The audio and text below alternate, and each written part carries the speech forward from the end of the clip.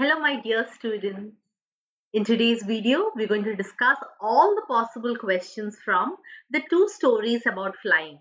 One, his first flight, and the second one is the black aeroplane.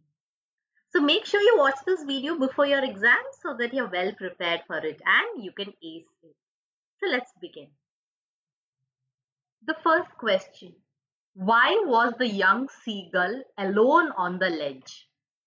So the young seagull was alone because his two brothers and sister had already learned to fly the day before and had flown away, but he hadn't learned to fly. And that is why the young seagull was alone. Second question. Why didn't the young seagull go with them? The answer. The young seagull was afraid to even attempt to fly. Looking at the vast area of the sea, he felt certain that his wings would never support him, and hence he did not attempt to fly off the ledge. So he was afraid to even attempt to fly because he thought that his wings would not support him. That is the answer. Third question. What did the young seagull's parents do to make him fly? His parents called him shrilly, upbraided him. The meaning of upbraided him means scolded him and even threatened him to let him starve unless he flew away. So these were the things that his parents did to make him fly. So they called him shrilly, they shouted at him or scolded him and even threatened him that they would not give him food and let him starve. The fourth question. What did the family do as a whole when he did not muster the courage to fly? So what did they do? The family isolated him and nobody came near him since the past 24 hours.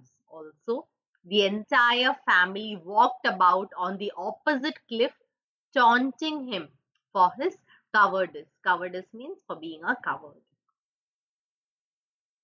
So please remember these key points. Isolated him since the past 24 hours, and they also taunted him by walking on the opposite side of the cliff. Who was the only family member who took notice of him, and what did that family member do? Only his mother was looking at him, and she was tearing the flesh of the fish and scraped each side of the beak on top of the rock to sharpen it. Because this way she was trying to attract his attention and make him want that piece of fish. Sixth question. How were the seagull's parents helping his brothers and sister to perfect the art of flying? His parents were teaching his siblings how to perfect the art of flying by teaching them how to skim the waves and how to dive for fish. Seventh one, they took no notice of him.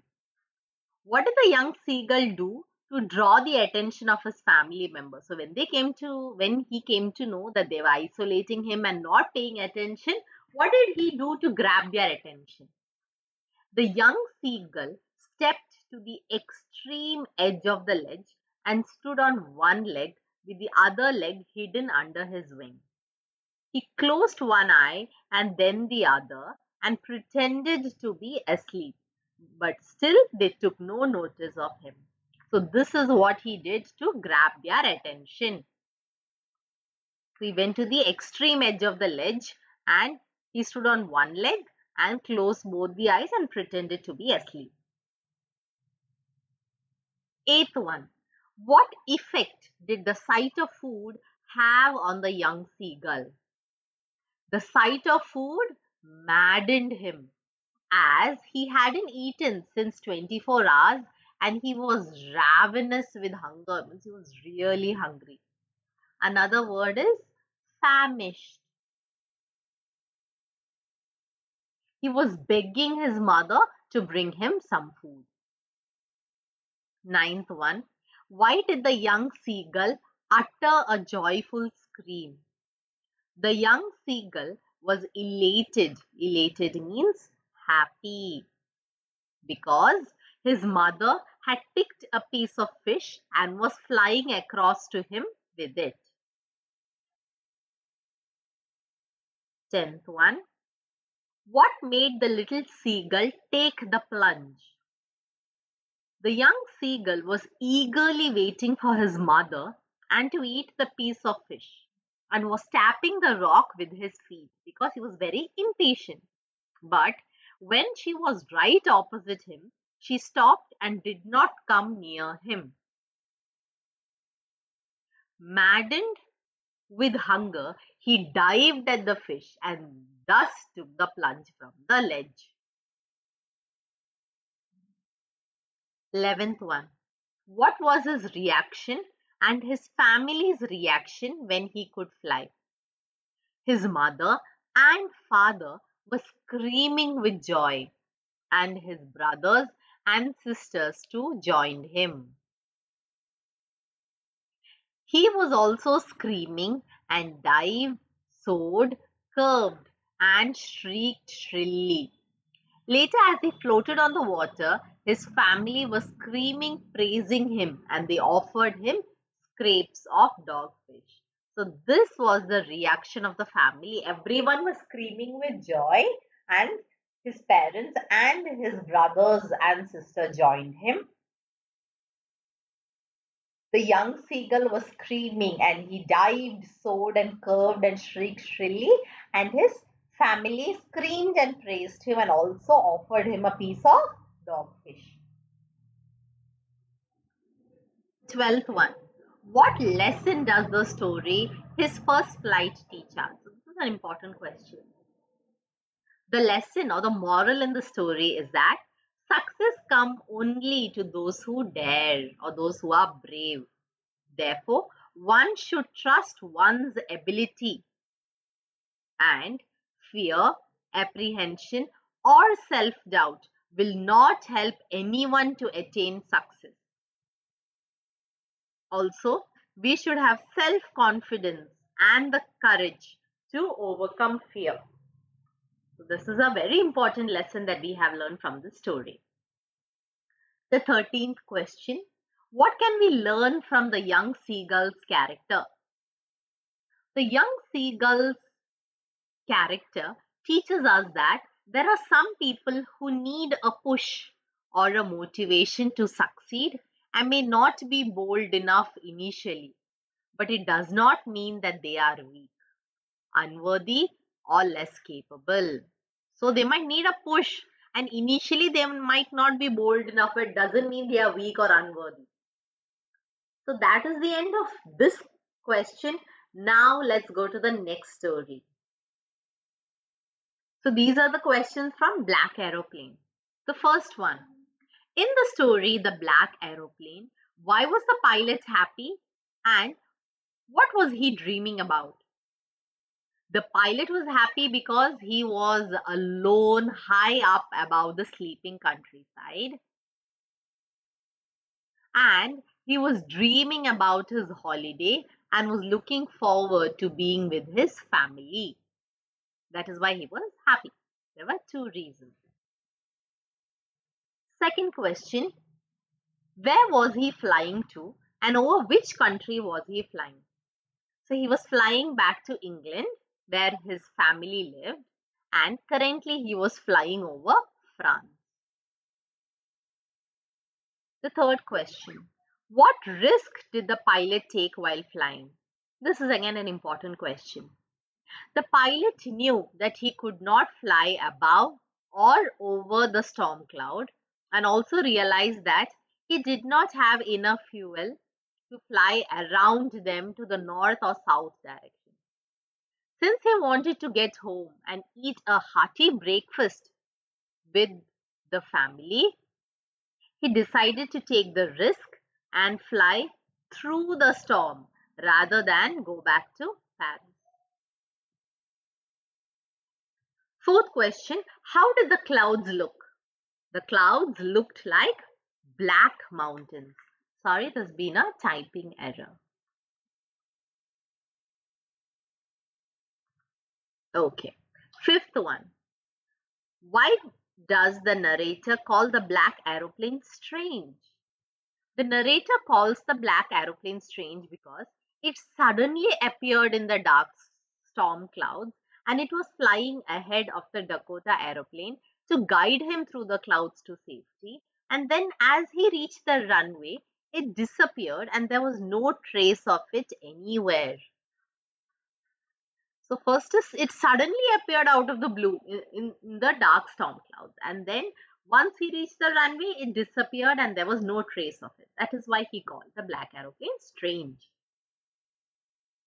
Could he contact the Paris control? So here we can write the second time, because the first time he could. So could he contact the Paris control the second time? No, he couldn't because the radio was dead. Moving to the next question. What happened when the narrator went through the clouds? Inside the clouds, everything was pitch black. That was the first thing. The plane jumped and twisted in the air, and the plane had malfunctioned. The compass was turning round and round, and it did not work. The other instruments in the plane were also dead. So, this is what happened when the narrator went through the clouds.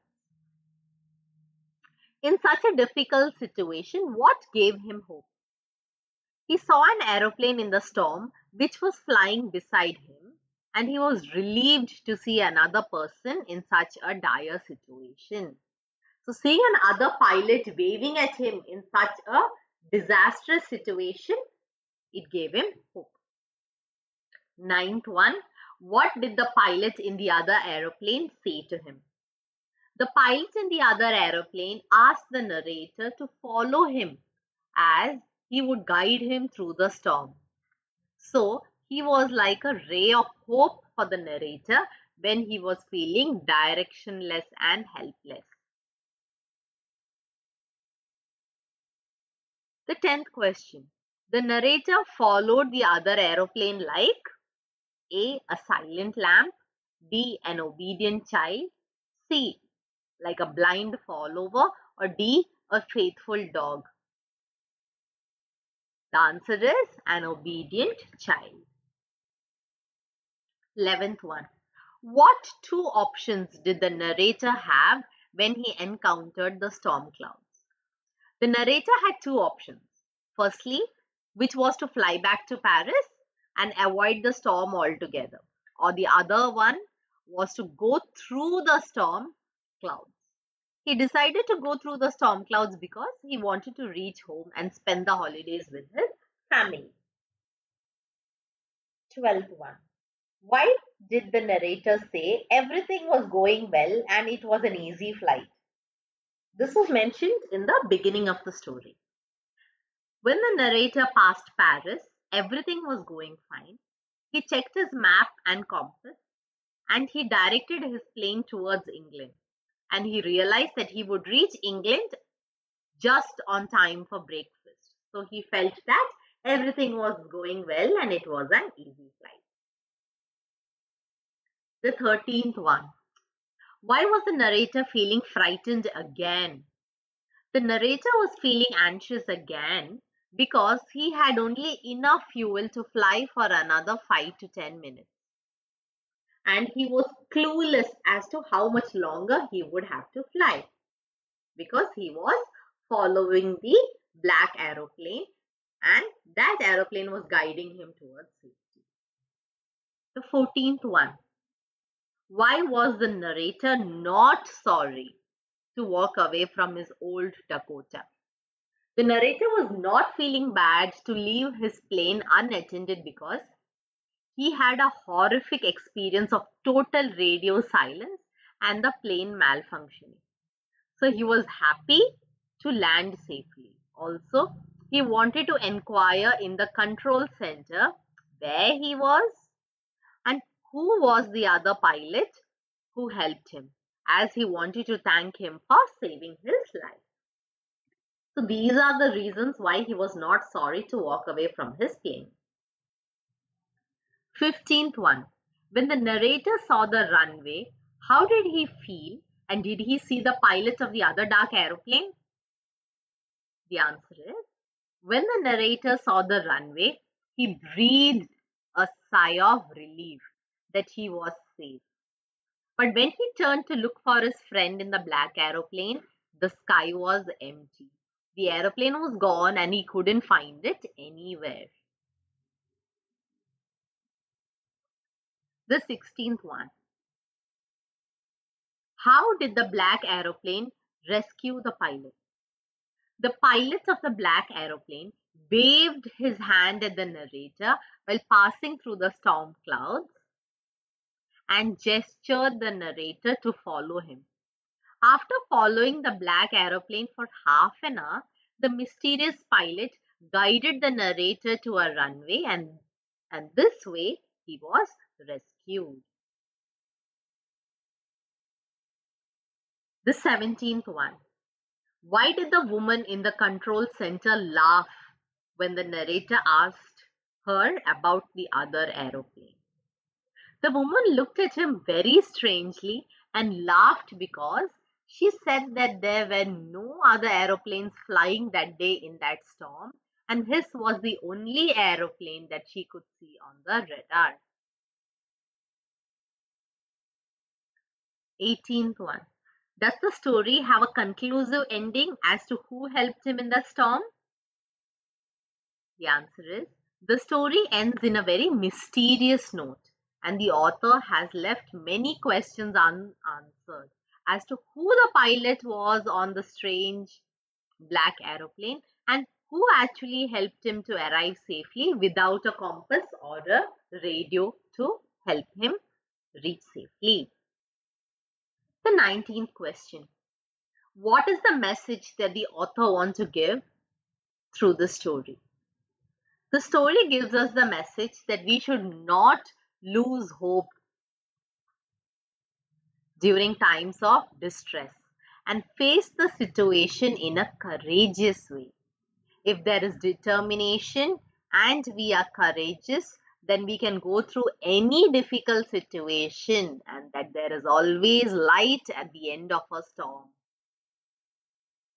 So therefore, we should not lose hope and feel that we are going to die, because the situation can turn into a positive one, and by losing hope, we are losing out all the opportunities that could have saved us in that dire situation. Thank you so much for watching this video. I'm really glad that you are studying really well, and I'm praying for you. You will definitely get good grades. God bless and keep practicing.